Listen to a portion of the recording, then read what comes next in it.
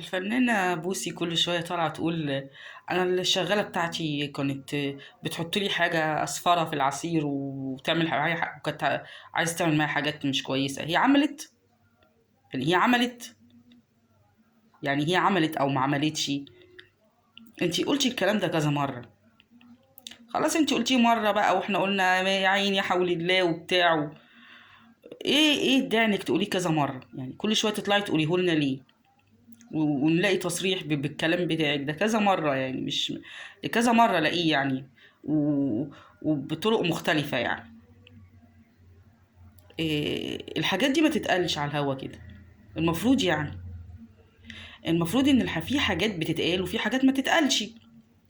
يعني كل واحد في حياته مثلا ممكن يكون حصل له دروب، حصل له موقف سيء، حاجة مش حلوة، حاجة ما ينفعش تتحكى يا فنان. انت بتحكيها ليه؟ يعني ايه المغزى من ان كل شويه تحكيها؟ يعني هي مش حاجه بطوليه يعني.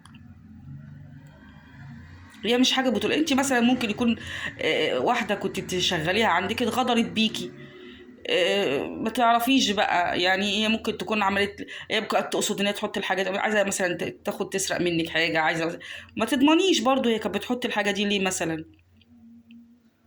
ف يعني ما تتقالش. يعني في حاجات ما تتقالش. يعني في حاجات ما تبقاش كده على العوام كده. كل من هب وكل شويه تقوليها، كل شويه تقوليها. يعني ايه ده؟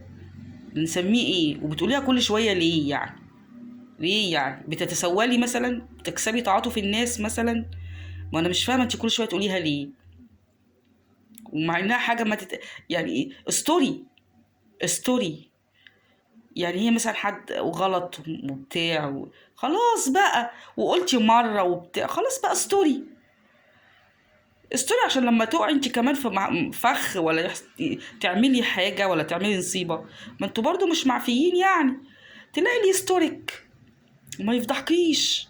ما تفضحيش الناس. خلاص هي عملت عملتها وخلاص وانتهينا. وانتي مثلا طردتيها، قطعتي عيشها، عملت قضيتيها، شوفي انتي جازيتيها بايه. خلاص بقى مش كل شويه تفضلي تطلعي تقولي ده حصل وحصل وحصل وحصل. يعني استرهم كده، استروا عشان ربنا يستركم. ولله الامر من قبل ومن بعد.